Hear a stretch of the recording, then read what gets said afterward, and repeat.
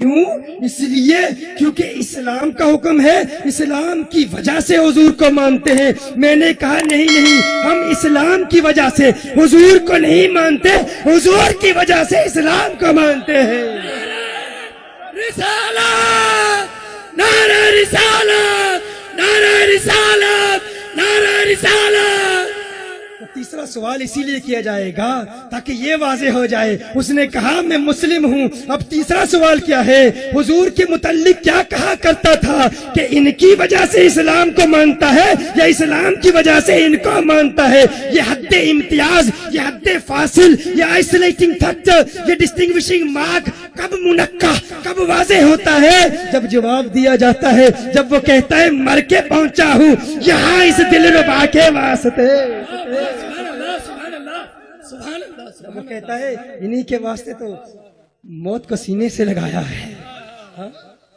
تو کیسے کہتا ہے کوئی فرق نہیں ہے؟ تو کہتا ہے ہم اور مصطفیٰ کریم صلی اللہ علیہ وسلم میں فرق نہیں ہے، حضور ہماری طرح، ہم حضور کی طرح۔ میں تجھ سے پوچھنا چاہتا ہوں تو کیسے یہ دعویٰ کر سکتا ہے؟ تو آخر کس اعتبار سے حضور کی طرح ہے؟ تو کیسے حضور کی طرح ہے؟ تجھے فرق نظر نہیں آتا؟ تو اپنی عبادات کو دیکھ، تو اپنے انداز تکلم کو دیکھ، تو اپنی گفتار کو دیکھ، تو اپنے کردار کو دیکھ، اپنے چہرے کو دیکھ، یہ منہ اور مسور کی دال، تو اپنے چہرے کو دیکھ، ان کے چہرے میں سورج تیرتا ہے۔ حضور کے صحابہ فرماتے ہیں کأن الشمس تجری فی وجہہ، حضور کا حسن ایسا ہے کہ ان کے چہرے میں سورج تیر رہا ہے۔ تو کہتا ہے میں حضور کی طرح، حضور میری طرح۔ اپنی عبادت کو دیکھ لے، اپنی نماز کو دیکھ لے، تو اپنے کلمے کو دیکھ لے۔ تو کلمہ پڑھتا ہے لا الہ الا اللہ محمد الرسول اللہ، حضور کلمہ پڑھتے ہیں لا الہ الا اللہ انا رسول اللہ۔ تو کلمہ پڑھتا ہے اللہ کے سوا کوئی معبود نہیں، محمد اللہ کے رسول ہیں۔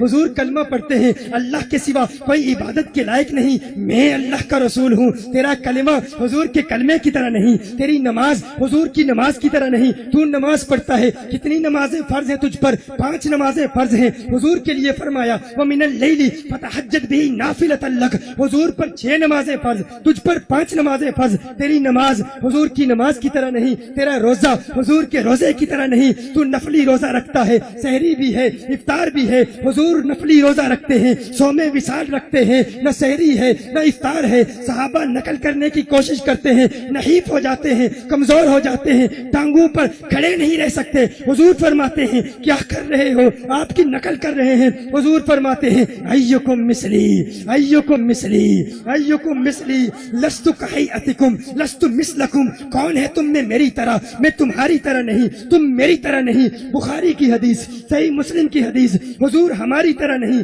ہم حضور کی طرح نہیں۔ تیرا کلمہ حضور کے کلمے کی طرح نہیں، تیری نماز حضور کی نماز کی طرح نہیں، تیرا روزہ حضور کے روزے کی طرح نہیں، تیری زکوٰۃ حضور کی زکوٰۃ کی طرح نہیں، تیرے ارکان اسلام 5، حضور کے اس ارکان اسلام 4۔ کیا تو جانتا ہے حضور پر زکوٰۃ فرض ہی نہیں ہے؟ میرے ڈیٹیل لیکچرز ہیں اس موضوع پر کہ اسلام کے احکام کے پیچھے سبب کیا ہے۔ ہر کیوں کا جواب مقاصد شریعہ کی روشنی میں ہم بیان کرتے ہیں کہ فلاں حکم اگر ہے تو کیوں ہے؟ فجر میں اگر 2 فرض ہیں تو کیوں ہے؟ ظہر میں اگر 4 فرض ہیں تو کیوں ہے؟ اگر 2.5% زکوٰۃ فرض ہے تو کیوں ہے؟ 3% کیوں نہیں؟ فجر میں 3 رکعتیں کیوں نہیں؟ ظہر میں 3 رکعتیں کیوں نہیں؟ مغرب میں 4 رکعتیں فرض کیوں نہیں؟ کیوں کے جواب میں ہم بہت کچھ بیان کرتے ہیں، لیکن یہ نقطہ ذرا وزنی ہے۔ لیکن آج گل بہار میں بہار آ چکی ہے، آج گل بہار میں بہار آ چکی ہے، آج آج آج گولی مار کے پڑوس میں بہار آ چکی ہے۔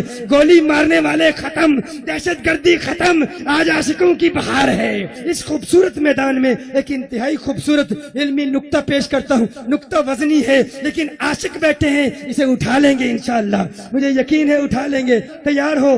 دیکھو حضور پر زکوٰۃ فرض کیوں نہیں ہے؟ کبھی اس پر غور کرنے کی کوشش کی؟ حضور پر زکوٰۃ فرض کیوں نہیں ہے؟ زکوٰۃ فرض اس لیے نہیں ہے، زکوٰۃ ادا کیسے ہوتی ہے؟ ادائیگی فرض کے لیے، ادائیگی زکوٰۃ کے لیے یہ ضروری ہے کہ زکوٰۃ مالک کے ملک سے نکل کر قابض کے ملک میں آ جائے۔ زکوٰۃ اس وقت ادا ہوتی ہے جب مالک کے ملک سے نکل کر، کون میری بات سمجھ رہے؟ ہاتھ اٹھائیں مجھے پتہ چلے۔ ماشاءاللہ تو عوام بھی سمجھ رہے ہیں۔ مالک کی ملک سے نکل کر قابض کی ملک میں آ جائے تو زکوٰۃ ادا ہو جاتی ہے۔ دیکھیے کیا ایک باپ اپنے بیٹے کو زکات دے سکتا ہے؟ نابالغ بیٹے کو باپ زکات دے سکتا ہے؟ کیوں؟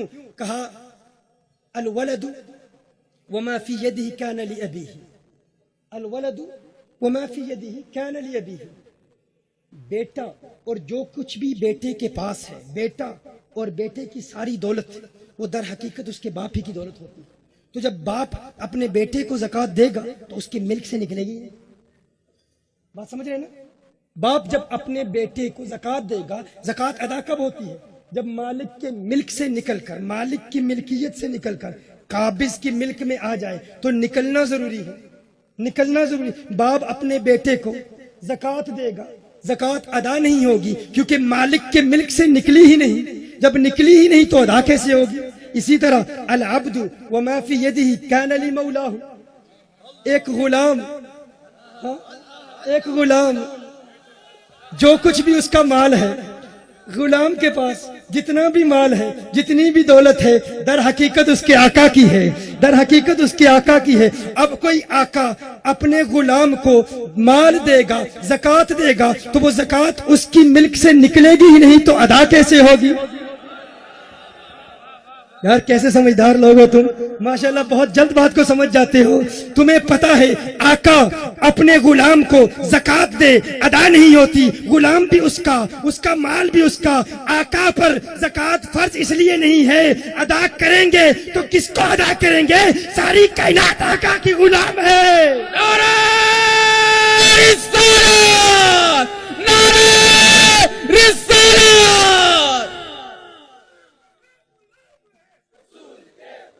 غلامی رسول میں جو ہونا عشق مصطفیٰ، ہم عظمت رسول کے۔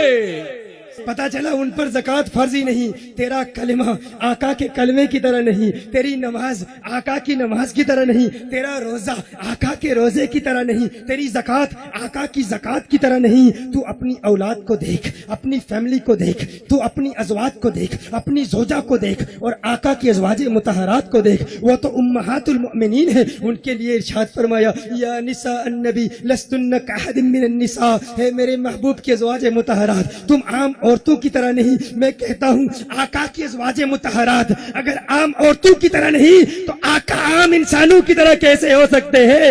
ارے تیری زوجہ آقا کی ازواج مطہرات کی طرح نہیں۔ تو اپنے آپ کو دیکھ، اپنے جسم کو دیکھ، اپنے اعضاء کو دیکھ، اپنے ہاتھوں کو دیکھ، اپنی انگلیوں کو دیکھ، اپنی آنکھوں کو دیکھ، اپنے تھوک کو دیکھ، ذرا تھوک کر دیکھ۔ تیرے تھوک کو جو دیکھے گا نفرت محسوس کرے گا، کراہت محسوس کرے گا، متنفر ہو جائے گا۔ تیرے تھوک پر کوئی تھوکنے کے لیے تیار نہیں۔ اور آقا کا لعاب دہن کیسا ہے، میرے آقا کا لعاب دہن کیسا ہے؟ حضرت سعد بن معاذ کو زخم ہوتا ہے، آقا کا لعاب دہن زخم پر ملتے ہیں، شفا یاب ہو جاتے ہیں، ان کے لعاب دہن سے لوگوں کو شفائیں ملتی ہیں۔ تیرے تھوک پہ کوئی تھوکنے کے لیے تیار نہیں، پھر بھی کہتا ہے وہ میری طرح ہے۔ تو اپنے خون کو دیکھ لے، تیرا خون نجاست غلیظہ ہے، کپڑے پر لگ جائے نماز ادا نہیں ہوتی۔